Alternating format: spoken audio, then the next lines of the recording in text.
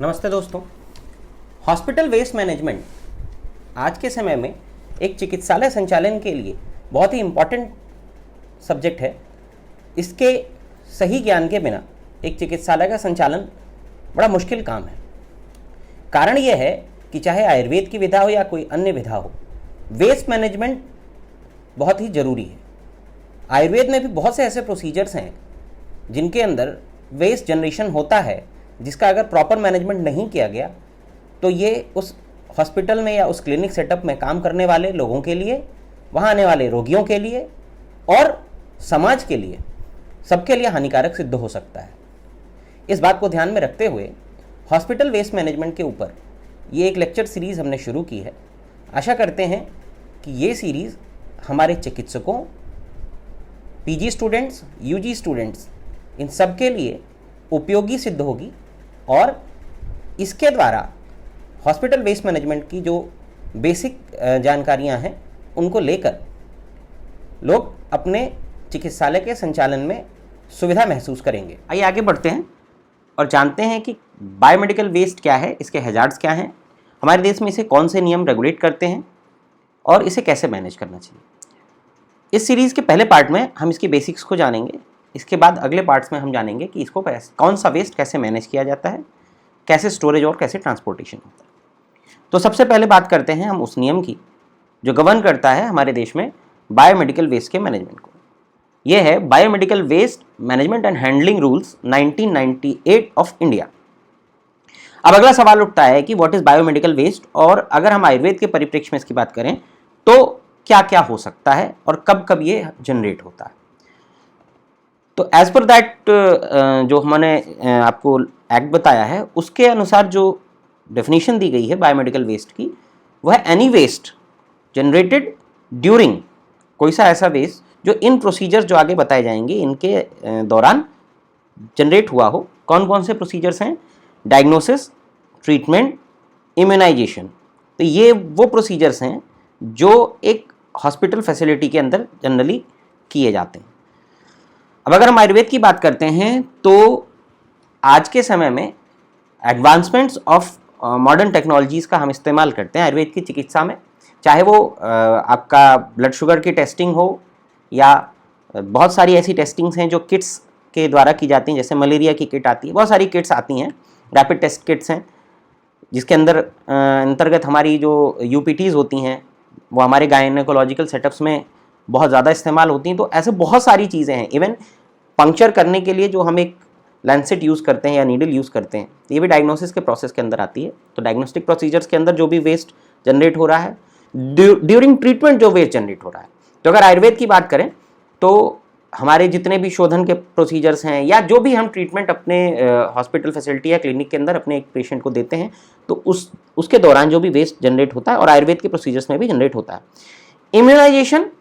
Immunisation की बात करें तो हम जो भी लेहन कर्म करते हैं, स्वर्णप्राशन करते हैं, इन सब के अंदर भी वेस्ट जनरेशन होता है। चाहे वो जो स्वर्णप्राशन के दौरान हम स्वर्णप्राशन कराने के लिए जो भी इंस्ट्रूमेंट यूज़ कर रहे हैं, ड्रॉप्स के फॉर्म में अगर दे रहे हैं तो ड्रॉप्स यूज़ कर रहे हैं, बहुत सारी चीज़ें हम यूज़ करते हैं, तो इन सब के दौरान वेस्ट जनरेशन होता है। इसलिए आयुर्वेद के सेटअप्स के लिए भी हॉस्पिटल वेस्ट का मैनेजमेंट ज़रूरी है। तो हमने देखा कि ये तो हॉस्पिटल सेटअप के अंदर जो है वेस्ट जनरेशन होता है वो आया। दूसरी बात, जहाँ कहीं पे भी रिसर्च हो रहा है, बहुत सारे ऐसे रिसर्च ऑर्गेनाइजेशंस हैं जो आयुर्वेद के क्षेत्र में भी काम कर रहे हैं, या बहुत सारी ड्रग्स के ऊपर टेस्ट किया जाता है, बहुत सारे प्रोसीजर्स के ऊपर टेस्टिंग्स होती हैं। तो कोई भी प्रोसेस, चाहे वो डायग्नोसिस का हो, ट्रीटमेंट का हो, इम्यूनाइजेशन का हो, रिसर्च का हो, टेस्टिंग का हो, उसके दौरान जो भी वेस्ट जनरेट होता है वो बायोलॉजिकल वेस्ट के कैटेगरी में आता है, हॉस्पिटल वेस्ट की कैटेगरी में आता है। अब बात करते हैं क्लासिफिकेशन। क्या दो चीज़ें हैं, एक है क्लासिफिकेशन और एक है categorisation. Categorisation is important for the proper management of those waste, इसीलिए क्योंकि कौन सी कैटेगरी का वेस्ट कहाँ स्टोर किया जाएगा और उसका क्या डिस्पोजल का प्रोसेस है, ये सारा का सारा फिक्स्ड है, ऑलरेडी एक्सप्लेन्ड है। उसी के अनुसार हमें उस कैटेगरी के वेस्ट का ट्रांसपोर्टेशन, स्टोरेज और डिस्पोजल और मैनेजमेंट करना होता है, इसलिए कैटेगराइजेशन बहुत ज़रूरी है। हम बात कर रहे हैं क्लासिफिकेशन की कि कौन कौन से तरह के वेस्ट हमारे जो रिसर्च प्रोसीजर्स हैं या हमारा जो ट्रीटमेंट प्रोसीजर है उसके दौरान पैदा होते हैं। तो सबसे पहले बात आती है इन्फेक्शियस वेस्ट की। आज के समय में हम आयुर्वेद के चिकित्सक, चाहे वो आज का समय हो चाहे पहले का समय हो, इन्फेक्शियस डिजीजेस से हमारा पाला पड़ता रहा है। आचार्य सुश्रुत ने औपसर्गिक व्याधियां बताई हैं, प्रसंगात गात्र संस्पर्शात, जो कुष्ठ की निदान स्थान में, सुश्रुत निदान स्थान में कुष्ठ निदान के अंतर्गत श्लोक आया हुआ है। वहाँ पर बताया गया है कि कौन कौन सी व्याधियाँ जो औपसर्गिक व्याधियाँ हैं। तो इसका मतलब ये होता है कि ये सारी इन्फेक्शियस डिजीजेज हैं, कम्युनिकेबल डिजीजेज हैं। तो इन्फेक्शियस डिजीजेज से हमारा पाला पड़ता रहता है। स्किन डिजीजेज बहुत सारी हम देखते हैं, जिसके अंदर सोरासिस से लेकर के और बहुत सारी इन्फेक्शियस स्किन डिजीजेज हैं। और भी बहुत सारी इन्फेक्शियस डिजीजेज हैं, रेस्पिरेटरी सिस्टम की डिजीजेज हैं। हमारे यहाँ अगर रोगी आता है तो वो बलगम वहाँ भी प्रोड्यूस होता है। तो बहुत सी चीज़ें हैं, इसलिए सारा का सारा इन्फेक्शियस वेस्ट जो है वो आयुर्वेद के सेटअप्स में भी जनरेट होता है, उसका भी मैनेजमेंट जरूरी है।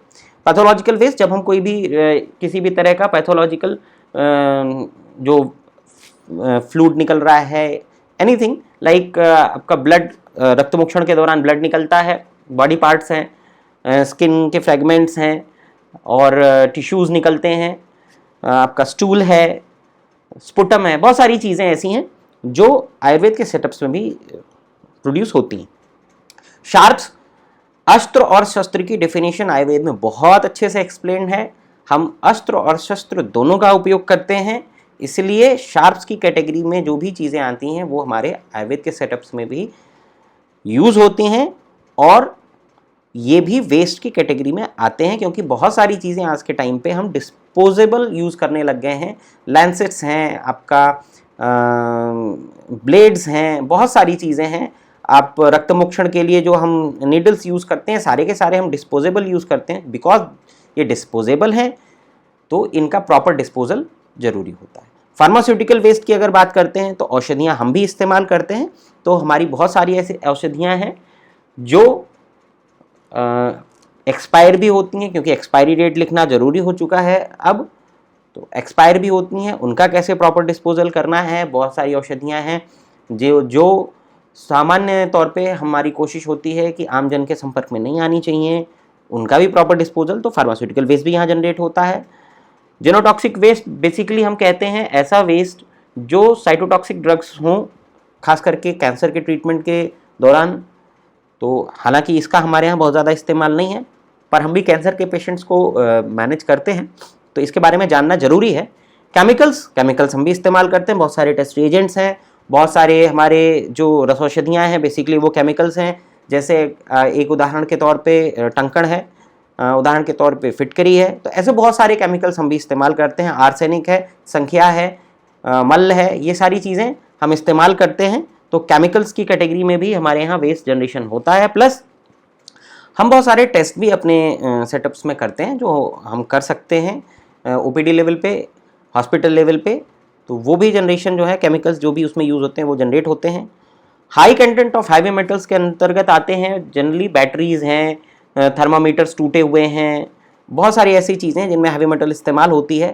तो हमारे भी सेटअप्स में ये इस्तेमाल होता है, इसलिए ये सारी कैटेगरीज भी, ये भी वेस्ट की जो कैटेगरी हमारे यहाँ जनरेट होती हैं। अब बात करते हैं कैटेगरीज ऑफ बायोमेडिकल वेस्ट जो हैं, हम इनके बारे में आगे बात करेंगे जब हम इनके मैनेजमेंट की बात कर रहे होंगे। तो कुल मिलाकर के जो कैटेगरीज बनाई गई हैं, लगभग 10 कैटेगरीज हैं और उनका प्रॉपर कैसे डिस्पोजल करना है ये अलग अलग कैटेगरी का अलग अलग स्पेसिफाई किया गया है। तो इसके बारे में हम आगे बात करेंगे। अब बात करते हैं कि क्या ज़रूरत पड़ती है इन वेस्ट को प्रॉपर तरीके से मैनेज करने की। अगर हम ऐसा नहीं करेंगे तो क्या नुकसान हो सकता है, हैज़ार्ड्स क्या हैं। तो इसके लिए जानना ज़रूरी ये है कि आखिर ये किस तरह के वेस्ट हैं जो हैज़ार्ड्स जनरेट कर सकते हैं। तो इन्फेक्शियस वेस्ट हमने पहले बात की, चूँकि हम बहुत सारी औपसर्गिक बीमारियाँ, कम्युनिकेबल डिजीज़ हैं, नॉन कम्युनिकेबल और कम्युनिकेबल दोनों तरह की डिजीज़ के पेशेंट्स हमारे पास आते हैं और हमारे पास इन्फेक्शियस वेस्ट जनरेशन होता है। तो चूँकि एक इन्फेक्शन का रिस्क बना रहता है, इसलिए इनका प्रॉपर मैनेजमेंट ज़रूरी है। दूसरी बात है, टॉक्सिक केमिकल्स बहुत सारे हमारे सेटअप्स में इस्तेमाल होते हैं, इसलिए उनका प्रॉपर मैनेजमेंट ज़रूरी है। शार्प्स हमने पहले बात करी, अस्त्र शस्त्रों का प्रयोग हम करते हैं, तो उनका भी अगर हम प्रॉपर मैनेजमेंट नहीं करेंगे तो वो हेल्थ हैजार्ड्स प्रोड्यूस करते हैं, इसलिए इनका मैनेजमेंट बहुत ज़रूरी है। अब सवाल उठता है कि कौन कौन लोग रिस्क पे होते हैं। तो ये जानना बहुत ज़रूरी है, क्योंकि इसी के आधार पर हम वेस्ट का मैनेजमेंट कितना सीरियसली लेना चाहिए ये विचार करते हैं। सबसे पहली बात, वो लोग इसमें रिस्क में होते हैं जो वेस्ट को जनरेट कर रहे होते हैं, जिसके अंतर्गत पेशेंट, डॉक्टर, हमारे पैरामेडिकल स्टाफ, ये सारे के सारे लोग आते हैं। तो पहली कैटेगरी जो इस हैजार्ड के लिए सबसे ज़्यादा एक्सपोज्ड है वो है those persons who generate the waste. दूसरी कैटेगरी जो इसके लिए बहुत ज़्यादा प्रोन है हैजार्ड्स के लिए, वो है those persons who handle the waste.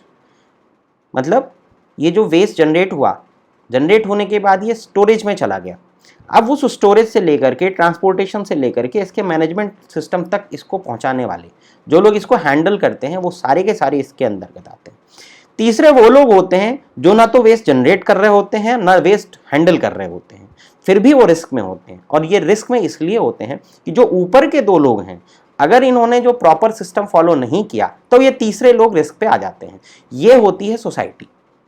अगर हॉस्पिटल से जो जनरेटेड वेस्ट है, बायोलॉजिकल वेस्ट है, बायोमेडिकल वेस्ट है, उसका प्रॉपर मैनेजमेंट नहीं किया गया तो ये सोसाइटी के लिए रिस्क क्रिएट करता है। तो इसके अंतर्गत वो लोग रिस्क में आ जाते हैं जो ना तो इसको जनरेट कर रहे होते हैं ना इसे हैंडल कर रहे होते हैं। कौन कौन लोग हो सकते हैं ये देखते हैं। तो सबसे पहले हमने बात करी एक हॉस्पिटल सेटअप के अंदर कौन कौन लोग हो सकते हैं। तो हेल्थ केयर पर्सनल्स इसके अंदर आते हैं, जिसके अंदर doctor, paramedical staff, diagnostic purposes में जो लोग जुड़े हुए हैं वो, रिसर्च वर्कर्स जो हैं वो, ये सारे के सारे आते हैं। दूसरी कैटेगरी वो आती है जो उस हॉस्पिटल का मेन पार्ट है। अगर हम चिकित्सा की बात करते हैं तो चतुष्पाद है, तो उस चतुष्पाद में एक पार्ट हमारा इंपॉर्टेंट पार्ट चिकित्सक, रोगी, उपस्थाता, ये सारे इंपॉर्टेंट पार्ट्स हैं। तो रोगी भी, क्योंकि रोगी की वजह से ही ये वेस्ट जनरेट हो रहा होता है। तो पेशेंट, फिर तीसरा कौन है जो इसमें है, वो है विजिटर, जो पेशेंट का अटेंडेंट है, पेशेंट से मिलने आ रहा है, किसी पर्पज से डॉक्टर से मिलने आ रहा है या पैरामेडिकल स्टाफ से मिलने आ रहा है, मतलब जो भी विजिटर है जो उस फैसिलिटी के अंदर काम नहीं कर रहा पर जस्ट फॉर किसी पर्पज से वो आ रहा है, विजिट कर रहा है, फिर वापस जा रहा है। तो अगर वो इस वेस्ट के संपर्क में आता है जो बायोमेडिकल वेस्ट है, तो वो इन्फेक्शन कैरी कर सकता है अपनी बॉडी को, वो हार्म पहुंचा सकता है अगर शार्प्स के कांटेक्ट में आता है, और भी चीज़ें हैं। तो ये तीन लोग तो उस हॉस्पिटल सेटअप के अंदर 100% रिस्क पे होते हैं। दूसरे वो लोग रिस्क पे होते हैं जो इस पूरे हॉस्पिटल सेटअप से, इस हेल्थ केयर सिस्टम से जुड़े हुए होते हैं लेकिन डायरेक्टली इन्वॉल्व नहीं होते हैं, जिसके अंदर आते हैं हमारे एलाइड वर्कर्स। एलाइड वर्कर्स में आते हैं laundry workers, waste handlers, transporters, food system को मैनेज करने वाले, और बहुत सारे ऐसे एलाइड वर्कर्स होते हैं जो एक हेल्थ केयर सिस्टम के साथ में जुड़े हुए होते हैं। तो ये सारे के सारे इस रिस्क पे होते हैं कि अगर हमने इस बायोमेडिकल वेस्ट को प्रॉपरली नहीं मैनेज किया तो ये इनको हार्म पहुंचा सकता है।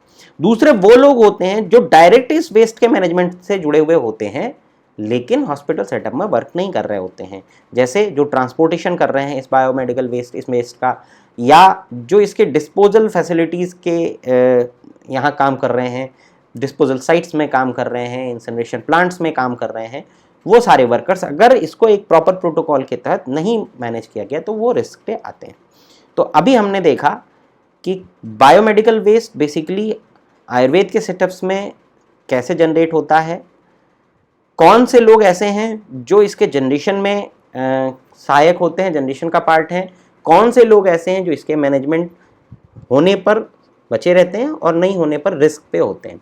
हम इस सीरीज़ के अगले भाग में बात करेंगे कि कौन कौन सी कैटेगरीज हैं, जो 10 कैटेगरीज हमने बात की थी बीच में, वो कौन कौन सी कैटेगरीज हैं और इनके मैनेजमेंट का क्या सिस्टम है, इन्हें कैसे मैनेज किया जाता है, इसके बारे में क्या नियम कहते हैं। ये सारा का सारा जो भी सीरीज़ है ये हमारी वेबसाइट www.geofit.com पे कोर्स सेक्शन के अंदर एक कोर्स के फॉर्म में भी अवेलेबल है। आप वहाँ से भी इसे देख सकते हैं, पढ़ सकते हैं, समझ सकते हैं। धन्यवाद।